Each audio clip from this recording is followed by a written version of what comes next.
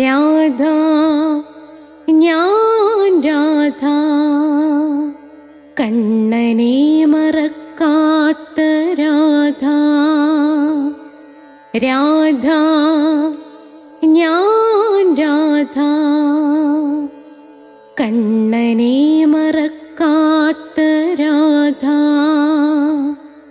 വൃന്ദാവനം നീ മറന്നോ, മധുരയെ നീ മറന്നോ. വൃന്ദാവനം നീ മറന്നോ, മധുരയെ നീ മറന്നോ. രാധയെ നീ മറന്നോ, കണ്ണാ പൈക്കളെ നീ മറന്നോ. രാധയെ നീ മറന്നോ, കണ്ണാ പൈക്കളെ നീ മറന്നോ. രാധ രാധ രാധ രാധ മറന്നിട്ടും മറക്കാത്ത രാധ. മറന്നിട്ടും മറക്കാത്ത രാധ. രാധേ രാധേ രാധേ രാധേ മറന്നിട്ടും മറക്കാത്ത രാധ. മറന്നിട്ടും മറക്കാത്ത രാധ.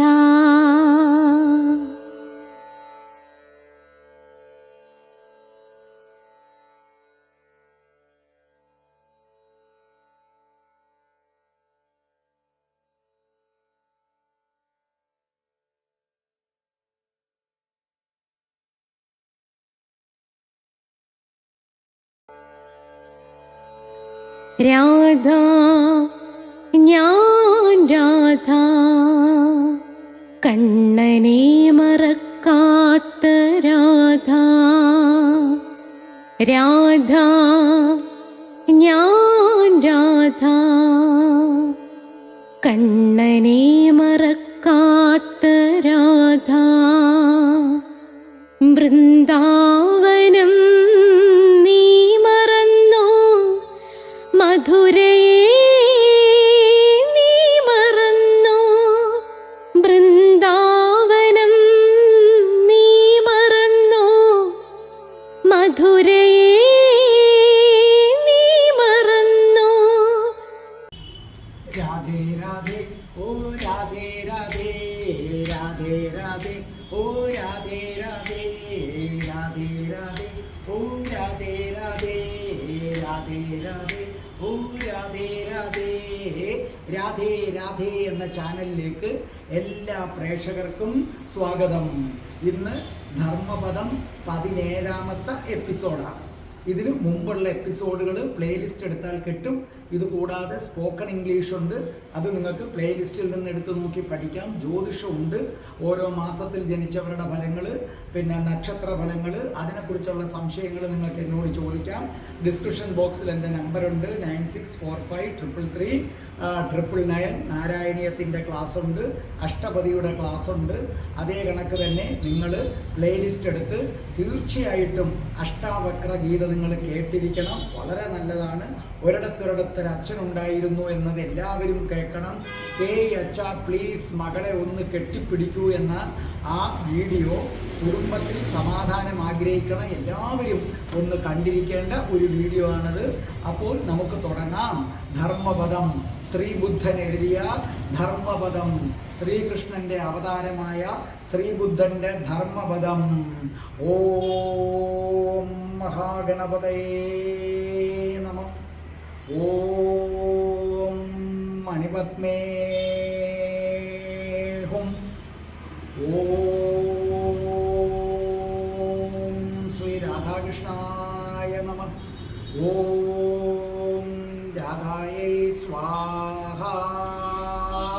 രാധേ രാധേ ഓ രാധേ രാധേ രാധേ രാധേ ഓ രാധേ രാധേ രാധേ രാധേ ഓ രാധേ രാധേ രാധേ രാധേ രാധേ ഓ രാധേ രാധേ രാധേ രാധേ ഓ രാധേ രാധേ രാധേ രാധേ ഓ രാധേ രാധേ ബർസാനെ വാലി രാധാറാണി കി ജയ് എൻ്റെ മാതാവ് രാധാറാണി കി ജയ് എനിക്ക് സർവ്വ ഐശ്വര്യങ്ങളും വാരിക്കോരി തരുന്ന എൻ്റെ പൊന്ന് രാധാറാണി അമ്മ കി ജയ് എന്നെ സർവ്വ പാപങ്ങളിൽ നിന്നും മോചിപ്പിക്കുന്ന പൊന്ന് രാധാറാണി അമ്മ കി ജയ് എനിക്ക് രോഗങ്ങൾ വരാതെ കാത്തുരക്ഷിക്കുന്ന എൻ്റെ പൊന്ന് രാധാറാണി അമ്മ കി ജയ് എന്നെ സർവ്വ പാപങ്ങളിൽ നിന്നും മോചിപ്പിക്കുന്ന രാധാറാണി അമ്മ കി ജയ് ധർമ്മപദം 17ാമത്തെ എപ്പിസോഡ് പൂർത്തിയാക്കാൻ എനിക്ക് ആയുസ്സും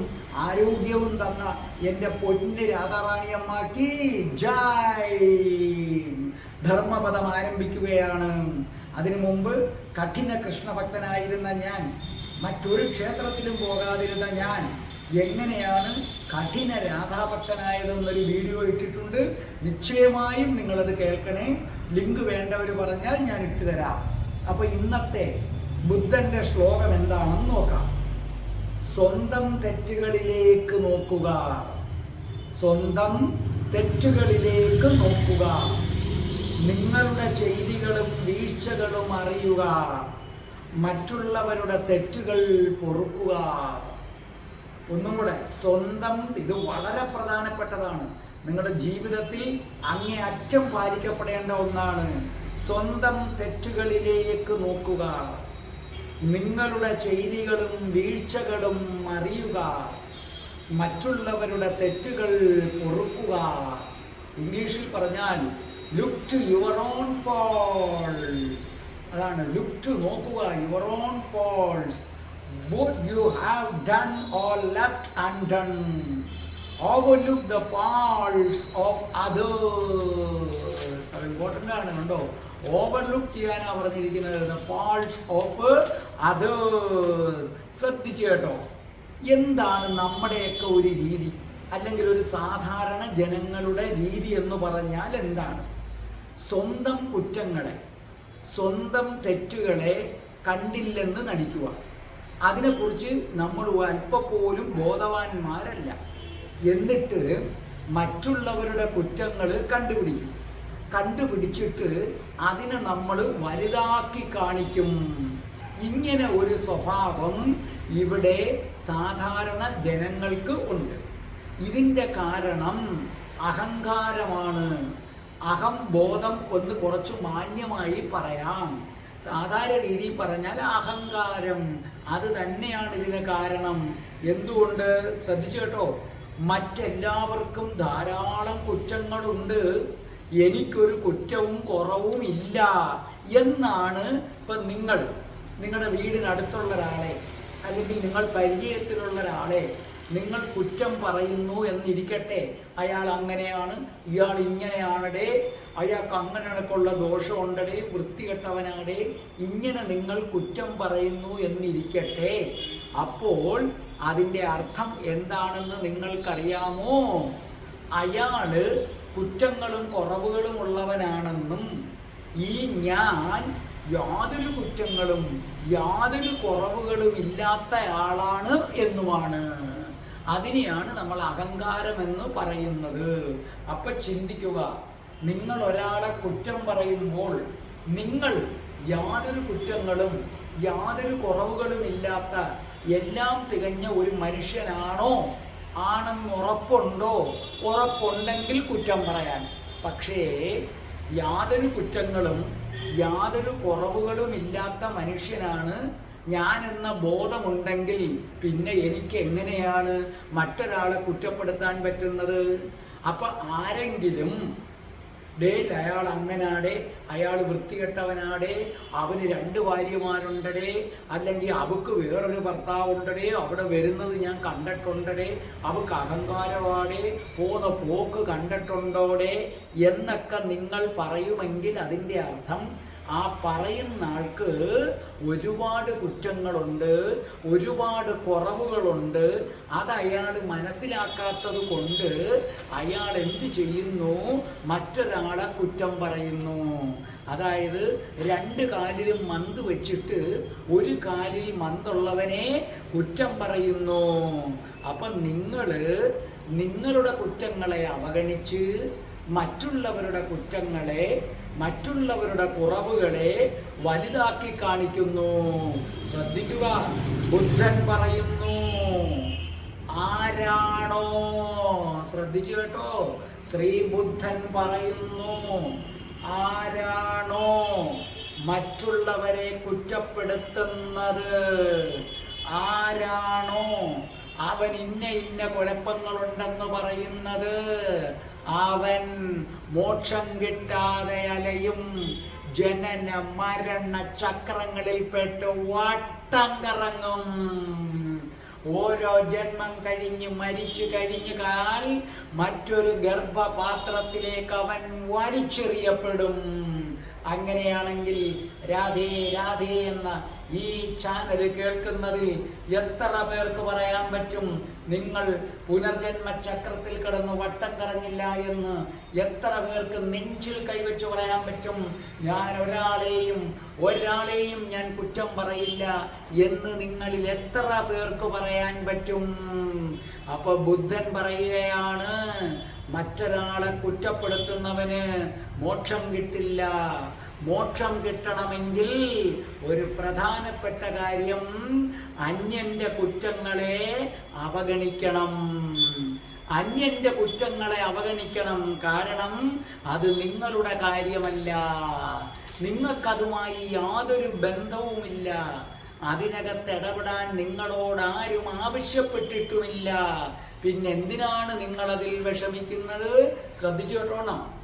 നിങ്ങളുടെ വീടിൻ്റെ അയൽപ്പക്കത്തൊരു സ്ത്രീ, തൊട്ടപ്പുറത്തെ വീട്ടിലെ സ്ത്രീയാണ്.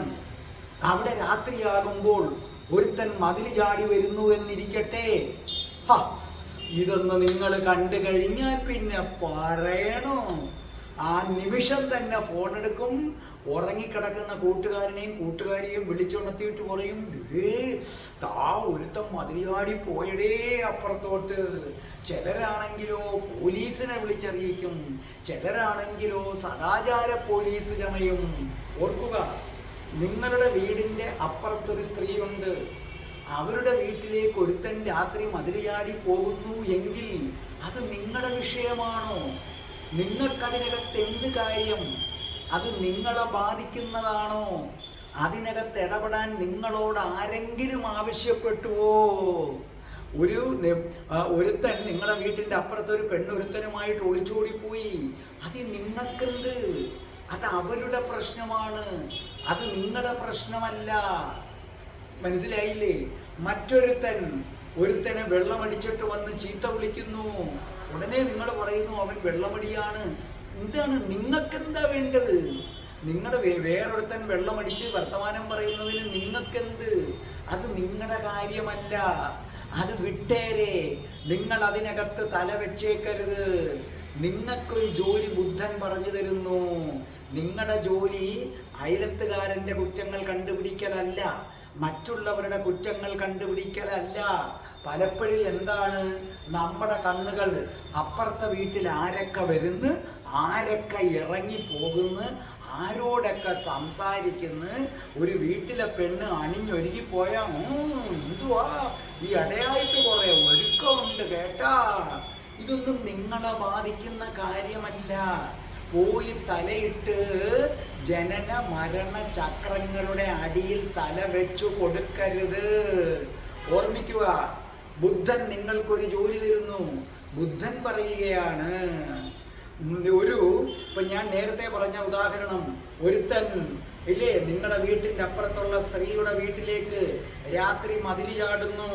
അപ്പൊ കുറ്റം പറയാൻ നിങ്ങൾക്കങ്ങ് വെമ്പും. അപ്പൊ നിങ്ങൾ ചിന്തിക്കുക, ഞാൻ ഒരു കുറ്റങ്ങളും ഇല്ലാത്ത ആളാണോ? ഞാൻ ഒരു കുറവുകളും ഇല്ലാത്ത ആളാണോ?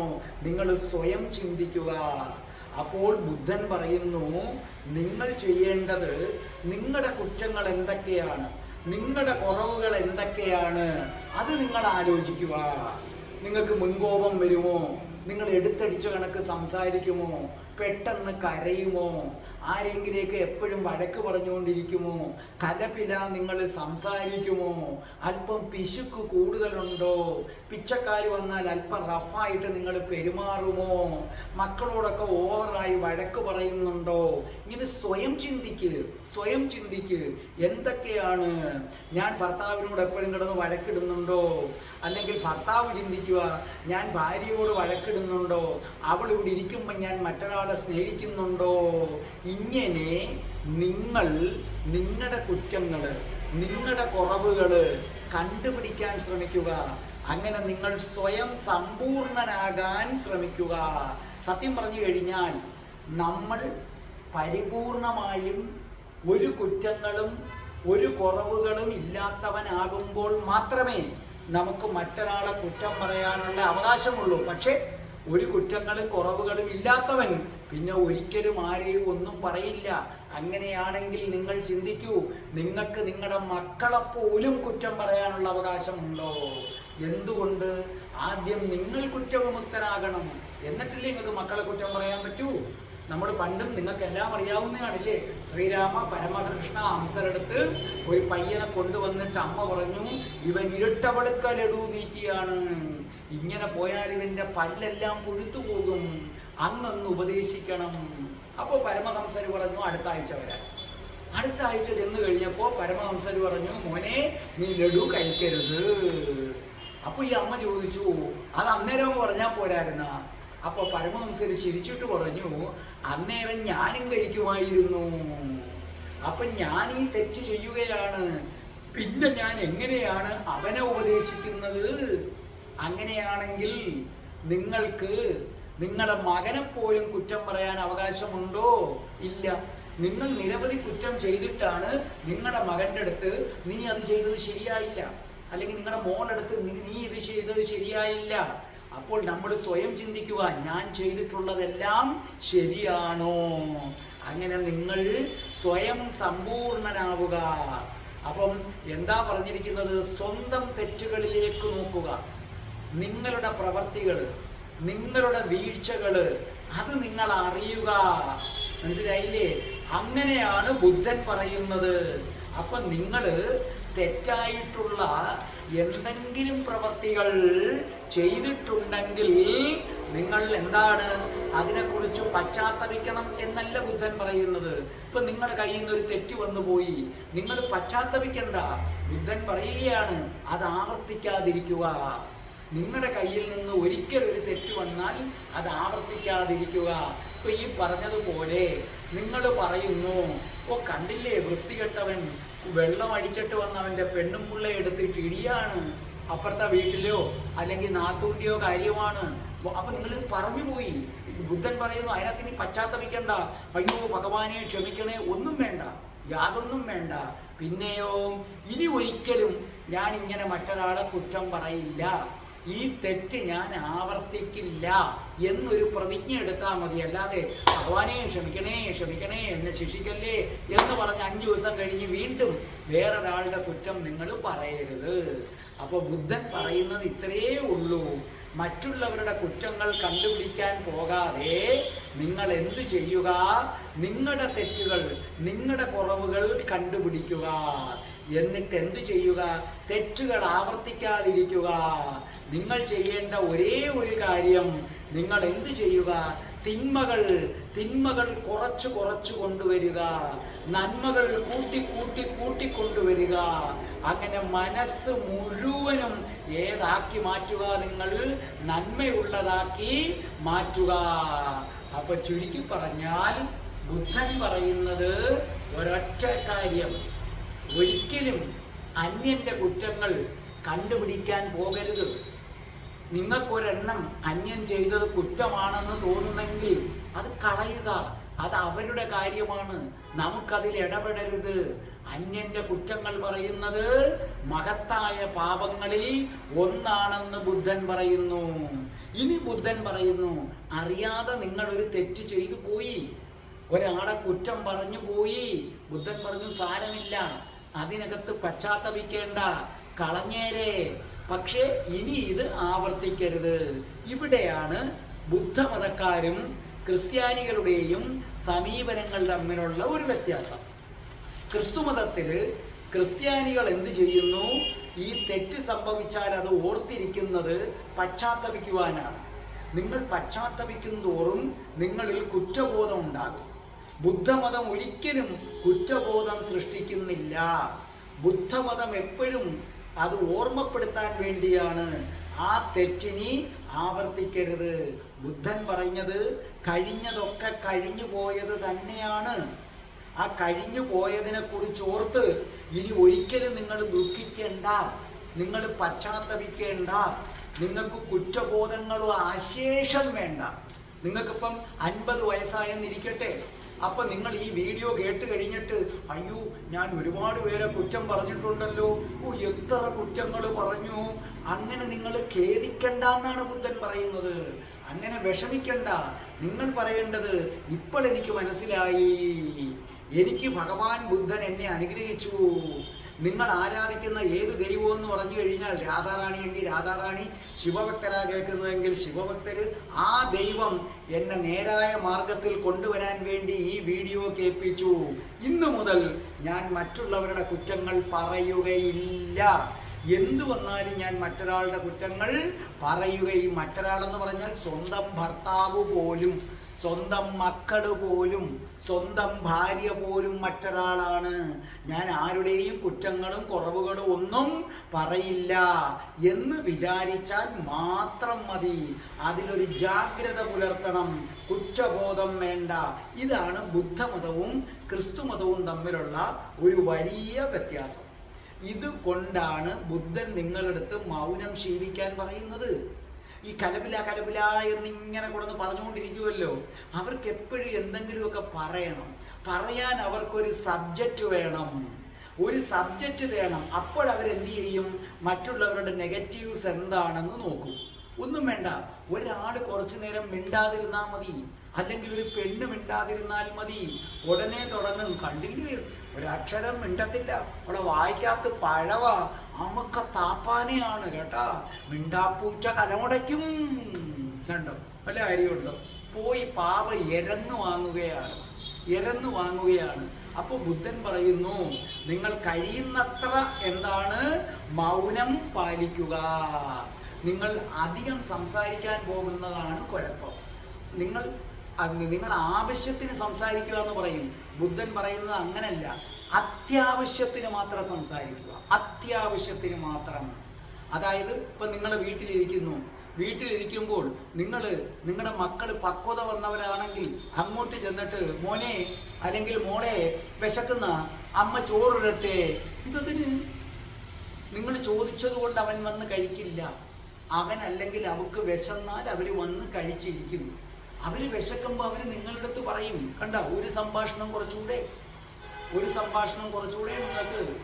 നിങ്ങളുടെ പക്വതയുള്ള മകൻ, നിങ്ങൾ 5ലും 6ലും ഒക്കെ പഠിക്കുന്ന പിള്ളേരാണെങ്കിൽ പഠിയിടാന്ന് പറയാം. പ്രീ ഡിഗ്രിക്കും ഡിഗ്രിക്കും ആണെങ്കിൽ പറയണ്ട, അത് അവനറിയാൻ പഠിക്കാൻ. ഇല്ലെങ്കിൽ അത് അവൻ്റെ വഴി. സംഭാഷണങ്ങൾ കുറച്ചു വരിക. നിങ്ങളുടെ ഭർത്താവിന് ഓഫീസിൽ പ്രേമമുണ്ട്, നിങ്ങൾ ചിന്തിക്കുന്നുണ്ടോ? നിങ്ങളുടെ ഭർത്താവിന് ഓഫീസിൽ പ്രേമമുണ്ടെങ്കിൽ നിങ്ങൾ കിടന്ന് അയാളെടുത്ത് വഴക്കിട്ടത് കൊണ്ട് അയാൾ അതിൽ നിന്ന് പിന്മാറുമെന്ന് ഒരിക്കലുമില്ല. അതുപോലെ ഭർത്താവും ഭാര്യയ്ക്ക് മറ്റൊരു പ്രേമമുണ്ടെങ്കിൽ നിങ്ങൾ വഴക്കിട്ടത് കൊണ്ട്, അടി കൊടുത്തത് കൊണ്ട് പിന്മാറും എന്ന് നിങ്ങൾ കരുതുന്നുണ്ടോ? ഒരിക്കലുമില്ല. അതിനെ നിങ്ങൾ വിട്ടേക്കുക. ഭർത്താവ് അങ്ങനെ പോകുന്നെങ്കിൽ നിങ്ങൾ നിശബ്ദത പാലിക്കുക, നിങ്ങളുടെ ജോലികൾ ചെയ്യുക, ഒന്നും പറയാതിരിക്കുക. അത് അയാളെ ഭയപ്പെടുത്തും. അതാണ് പ്രശ്നം. അപ്പം നിങ്ങൾ കഴിയുന്നത്ര ഏത് പാലിക്കുക? നിശബ്ദത പാലിക്കുക. നിങ്ങളൊരു കുടുംബജീവിതം നയിക്കുന്നത് കൊണ്ട് പരിപൂർണ നിശബ്ദത പാടാണ്. പകരം ആവശ്യത്തിന് സംസാരിക്കുക എന്നല്ല, അത്യാവശ്യമുള്ളിടത്ത് മാത്രം നിങ്ങൾ സംസാരിക്കുക. ഇപ്പോൾ ഞാൻ ഈ വീഡിയോ ഇടുമ്പോൾ സംസാരിക്കും, എൻ്റെ കുട്ടികളെ പഠിപ്പിക്കുമ്പോൾ സംസാരിക്കും. അത് കഴിഞ്ഞാൽ പിന്നെ ഞാൻ എൻ്റെ പാടാണ്. എൻ്റെ അടുത്ത് ആരെങ്കിലും എന്തെങ്കിലും ചോദിച്ചാൽ മാത്രം എവിടെ പോകുന്നെന്ന് ചോദിച്ചാൽ അങ്ങോട്ട് പോകുന്നു. ഞാനൊരിക്കലും മറ്റൊരാളുടെ കാര്യത്തിൽ കയറി എന്ത് ചെയ്യാറില്ല, തലയിടാറില്ല. അത്രയേ ഉള്ളൂ. അപ്പം അങ്ങനെ വേണം നിങ്ങൾ എന്ത് ചെയ്യേണ്ടത്, ജീവിക്കേണ്ടത് എന്നാണ് പറയുന്നത്. വളരെ ശ്രദ്ധിച്ചു കേൾക്കുക. സോക്രട്ടീസിനെ വഴിയിൽ വെച്ച് കണ്ടപ്പോൾ സോക്രട്ടീസിന്റെ അയൽക്കാരൻ പറഞ്ഞു തുടങ്ങി, കേട്ടോ നമ്മുടെ അയൽപ്പക്കത്ത് അയാളുണ്ടല്ലോ. സോക്രട്ടീസ് പറഞ്ഞു, ഒരു നിമിഷം നിങ്ങളൊന്ന് നിർത്തൂ. നിങ്ങൾ ഇപ്പോൾ പറയാൻ പോകുന്ന ഈ കാര്യം നിങ്ങൾ 101% നിങ്ങൾക്ക് സത്യമാണെന്ന് ഉറപ്പുള്ളതാണോ? അപ്പൊ ആ മനുഷ്യന് വലിയ ഉറപ്പില്ല. അയാൾ അമ്പരക്കാൻ തുടങ്ങി. അപ്പൊ സോക്രട്ടീസ് ചോദിച്ചു, ശരി, ഇനി രണ്ടാമത്തെ കാര്യം എന്ന് പറയുന്നത്, ഈ പറയുന്ന കാര്യം നിങ്ങൾ നമ്മുടെ അയൽക്കാരനെ കുറിച്ച് എന്തോ എന്നോട് പറയാൻ വരികയാണ്. ഈ കാര്യം പറയുന്നത് കൊണ്ട് നിങ്ങൾക്ക് എന്തെങ്കിലും ഗുണമുണ്ടോ? വളരെ ശ്രദ്ധിക്കേണ്ട കാര്യമാണ്. നിങ്ങൾക്ക് എന്തെങ്കിലും ഗുണമുണ്ടോ? അപ്പൊ അയാൾ പതറിപ്പോയി. അയാൾ പറഞ്ഞു, ഇല്ല. ആയിക്കോട്ടെ, ഇനി മൂന്നാമത്തെ ചോദ്യം, ഇതുകൊണ്ട് കേൾക്കുന്ന എനിക്കെന്തെങ്കിലും ഗുണമുണ്ടോ? അയാൾ ആകപ്പാടെ വെപ്രാളത്തിലായി. അയാൾക്ക് അവിടെ നിന്ന് രക്ഷപ്പെട്ടാൽ മതി, ഒന്നും മിണ്ടാൻ വയ്യ. അപ്പൊ സോക്രട്ടീസ് പറഞ്ഞു, ഇത് 100% സത്യമാണെന്ന് ഉറപ്പില്ല. എന്ന് മാത്രമല്ല, ഈ കാര്യം എൻ്റെ അടുത്ത് പറയുന്നത് കൊണ്ട് നിങ്ങൾക്കൊരു ഗുണവും കിട്ടുന്നില്ല. അത് മാത്രവുമല്ല, ഇത് കേൾക്കുന്ന എനിക്കും ഗുണം കിട്ടുന്നില്ല. പിന്നെ എന്തിനാണ് നിങ്ങളത് പറയുന്നത്? നോക്കൂ, നിങ്ങളുടെ വീടിൻ്റെ അപ്പുറത്തൊരുത്തൻ മദ്യപിച്ചിട്ട് വന്നിട്ട് ഭാര്യയുമായി വഴക്കിടുന്നു. ഇത് മറ്റൊരാളോട് പറയുന്നത് കൊണ്ട് ആ വഴക്കിടുന്നത് നിങ്ങൾ കണ്ടു. അപ്പോൾ വഴക്കിടുന്നത് സത്യമാണ്. പക്ഷേ ഒന്നും കൂടെ ചിന്തിക്കുക, ഇത് നിങ്ങൾ എന്നെ വിളിച്ചിട്ട് പറയുകയാണ്, സാറേ ഞങ്ങളുടെ വീട്ടിൻ്റെ അടുത്തൻ വെള്ളം അടിച്ചിട്ട് വന്ന് അവൻ്റെ പെണ്ണും പുള്ളിയെ വഴക്ക് പറയുന്നു, അടിക്കുന്നു. ഇങ്ങനെ പറയുന്നത് കൊണ്ട് നിങ്ങൾക്ക് എന്തെങ്കിലും നേട്ടമുണ്ടോ? ഇത് കേൾക്കുന്ന എനിക്കെന്തെങ്കിലും നേട്ടമുണ്ടോ? ഇത് നല്ലതുപോലെ ചിന്തിക്കേണ്ടതാണ്. അപ്പോൾ എന്താ പറയുന്നത്? നമ്മളെ സംബന്ധിച്ചിടത്തോളം നമ്മൾ മറ്റൊരാളോട് എന്തെങ്കിലും പറയുന്നതിന് മുമ്പ് നിങ്ങൾ ചിന്തിക്കുക, ഇത് ഞാൻ പറയുന്നത് കൊണ്ട് എനിക്കെന്തെങ്കിലും ഗുണമുണ്ടോ? ഇത് കേൾക്കുന്ന ആൾക്ക് ഗുണമുണ്ടോ? ആ കേൾക്കുന്ന ആൾക്ക് ഗുണമുണ്ടെന്ന് ഉറപ്പുണ്ടെങ്കിൽ മാത്രമേ നിങ്ങളൊരു കാര്യം മറ്റൊരാളോട് പറയാമൂ. അല്ലെങ്കിൽ നിങ്ങൾ ഒരിക്കലും അത് പറയരുത്. അനുഭവിച്ചറിഞ്ഞത് മാത്രം പറയുക. അപ്പം നിങ്ങൾ ഇന്ന് മുതൽ എന്തെങ്കിലും ഒന്ന് സംസാരിക്കണമെന്നുണ്ടെങ്കിൽ ചിന്തിക്കുക, ഞാൻ ഈ പറയുന്ന കാര്യം കൊണ്ട് അവർക്ക് ഗുണമുണ്ടോ എന്ന് ചിന്തിക്കുക. ഇല്ലെങ്കിൽ കളയുക. ഗുണമുണ്ടെങ്കിൽ പറയുക. അങ്ങനെ നിങ്ങൾ കഴിയുന്നത്ര മൗനം പാലിക്കുക. അത്യാവശ്യത്തിന് മാത്രം നിങ്ങൾ സംസാരിക്കുക. ആ അത്യാവശ്യത്തിന് സംസാരിക്കുമ്പോഴും നിങ്ങൾ ചിന്തിക്കുക, ഇതുകൊണ്ട് ഗുണമുണ്ടോ? അങ്ങനെയാണെങ്കിൽ നിങ്ങളുടെ വാക്കുകൾക്കൊരു സൗരഭ്യമുണ്ടാകും, ഒരു സുഗന്ധമുണ്ടാകും. നിങ്ങൾ പറയുന്ന വാക്കുകൾ മറ്റുള്ളവരെ ആകർഷിക്കും. അവരത് കേൾക്കാൻ തയ്യാറാകും. നിങ്ങളുടെ ഈ വാക്കുകളുണ്ടല്ലോ, നിങ്ങളുടെ ഈ വാക്കുകൾക്ക് അവർ പ്രത്യേകം വില കൽപ്പിക്കും. അപ്പൊ നിങ്ങൾ ചോദിക്കും, ഒരാൾ വന്ന് നമ്മുടെ അടുത്ത് അങ്ങ് ദേഷ്യപ്പെടുന്നു, ദേഷ്യപ്പെടുമ്പം നമ്മൾ തിരിച്ചു പറയണ്ടേ? എന്തിന്? അത് ഞാൻ ബുദ്ധന്റെ വീഡിയോയിൽ പറഞ്ഞതുപോലെ, ഒരാൾ വന്ന് ഇപ്പം നിങ്ങളിൽ ഒരാൾ വന്ന് എൻ്റെ അടുത്ത് അങ്ങ് ഭയങ്കരമായി ചൂടായി എന്നെ അങ്ങ് അനാവശ്യങ്ങൾ പറയുകയാണ്, ഇല്ലേ? അപ്പോൾ എന്തായിരിക്കണം എൻ്റെ മനോഭാവം എന്ന് പറയുന്നത്? നിങ്ങൾക്ക് ദേഷ്യമുണ്ടെങ്കിൽ അത് നിങ്ങളുടെ പ്രശ്നമാണ്. നിങ്ങളുടെ ജീവിതത്തിൽ ഇടപെടുന്നത് എൻ്റെ സ്വഭാവമല്ല. നിങ്ങൾക്ക് ദേഷ്യം വരുമ്പോൾ അത് ദേഷ്യമാണെന്നും സങ്കടം വരുമ്പോൾ അങ്ങനെയും അത് എൻ്റെ ജോലിയല്ല. നിങ്ങൾക്ക് ദേഷ്യം വരുന്നു, നിങ്ങളത് ആസ്വദിക്കുന്നുണ്ടെങ്കിൽ നിങ്ങൾ ആസ്വദിച്ചോളൂ. അത് നിങ്ങളെ ചിന്താഗതിയാണ്. നിങ്ങൾ എന്നോട് എന്താണോ പറയുന്നത് ആ സംസ്കാരം അതാണ് നിങ്ങൾ. അത് എന്നെ ബാധിക്കില്ല. അതുകൊണ്ട് അത് വിട്ടിരുന്നാൽ മതി. അപ്പോൾ ഇന്നു തൊട്ട് നിങ്ങളൊരു കാര്യം ശ്രദ്ധിക്കുക, വാക്കുകൾ സൂക്ഷിച്ചു വേണം നിങ്ങൾ ഉപയോഗിക്കുക. നമ്മൾ ഒരു കുഞ്ഞ് ജനിക്കുമ്പോൾ അതിൻ്റെ നാവിൽ തേൻ പുരട്ടും, അതായത് സ്വർണ്ണ മോതിരം തേനിൽ മുക്കും. മുക്കിയിട്ട് അവൻ്റെ നാവിൽ എഴുതി കൊടുക്കും. എന്തു പറഞ്ഞുകൊണ്ടാണ്? മകനേ, സ്വർണം പോലെ മനോഹരവും തേൻ പോലെ മധുരമൂറുന്നതുമായ വാക്കുകൾ മാത്രം പറയുക. ഞാനും നിങ്ങളോട് പറയുന്നു, രാധേ രാധേ ചാനൽ കേൾക്കുന്നവരെ, ദയവ് ചെയ്ത് ഈ നിമിഷം നിങ്ങൾ പ്രതിജ്ഞയെടുക്കുക. ഞാൻ ഒരു കാരണവശാലും മറ്റുള്ളവരെ കുറ്റം പറയില്ല. 2, ഇന്നു തൊട്ട് ഞാൻ സ്വയം കണ്ടെത്താൻ ശ്രമിക്കുന്നു എൻ്റെ കുറ്റങ്ങൾ എന്താണ്. അപ്പോൾ അതിലെ നമ്പർ 1 ഇതായിരിക്കും, മറ്റുള്ളവരെ കുറ്റം പറയുക, പിന്നെ ദേഷ്യപ്പെടുക. അത് ഓരോന്നായിട്ട് ഞാൻ ഇന്ന് ഈ നിമിഷം മുതൽ ഞാൻ ഇല്ലാതാക്കും. ഞാൻ മറ്റൊരാളെക്കുറിച്ച് ആരോടെങ്കിലും പറയണമെങ്കിൽ ഞാൻ ആദ്യം ചിന്തിക്കും, അതുകൊണ്ട് അവർക്ക് ഗുണമുണ്ടോ? അവർക്ക് ഗുണമില്ലെങ്കിൽ ഞാൻ പറയില്ല.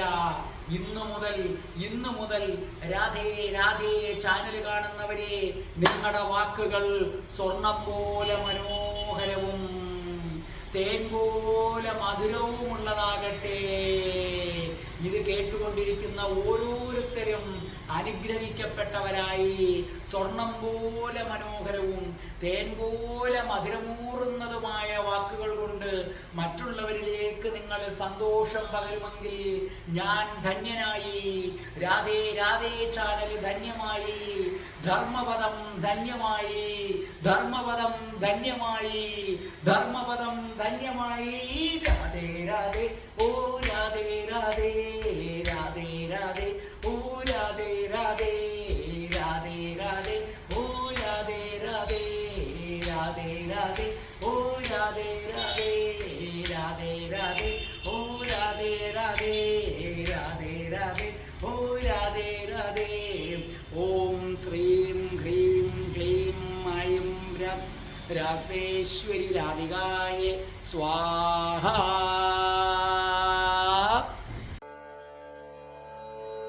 രാധ, ഞാൻ രാധ, കണ്ണനെ മറക്കാത്ത രാധ. രാധ, ഞാൻ രാധ, കണ്ണനെ